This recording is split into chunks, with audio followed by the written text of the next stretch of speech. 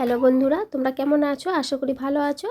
আমি মামনি, তোমাদের সবাইকে আমার চ্যানেল এম ব্লগে অনেক অনেক ভালোবাসা আর ওয়েলকাম জানিয়ে আজকে আমি একটা নতুন ব্লগ শুরু করছি। কিন্তু ব্লগ নয়, এটা হচ্ছে একটা রেসিপি শেয়ার করছি। যেহেতু আজকে সারাদিন কোনো শ্যুট করা হয়নি, তাই ভাবলাম যে ছোট্ট করে এই রেসিপিটা শেয়ার করি। তো এটা বুঝতেই পারছো তোমরা দেখে, এটা হচ্ছে একটা এটা হচ্ছে বিট। অনেক দিন আগেই কিনে রেখেছিলাম ঘরে, ফ্রিজে রাখা ছিল, একটু শুকনো হয়ে গেছে।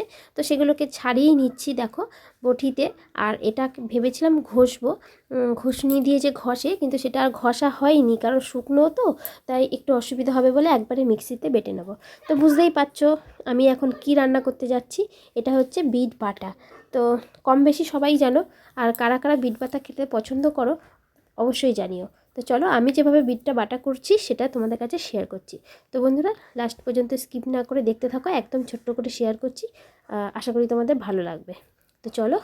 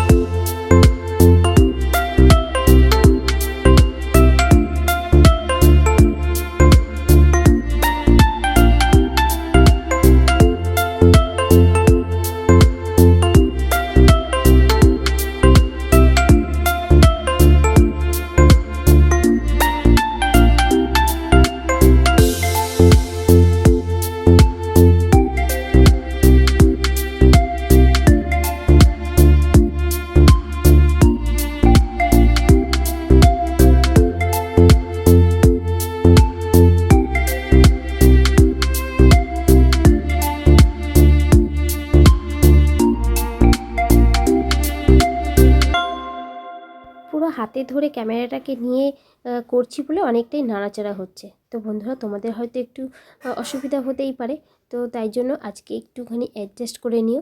তো চলো, পুরো রেসিপিটা তোমাদের কাছে শেয়ার করছি। তো দেখতে থাকো। আর আমি এই বিট বাটাতে টমেটো দিয়েছি, টমেটো দিলে কিন্তু বেশ ভালো লাগে, দারুণ লাগে।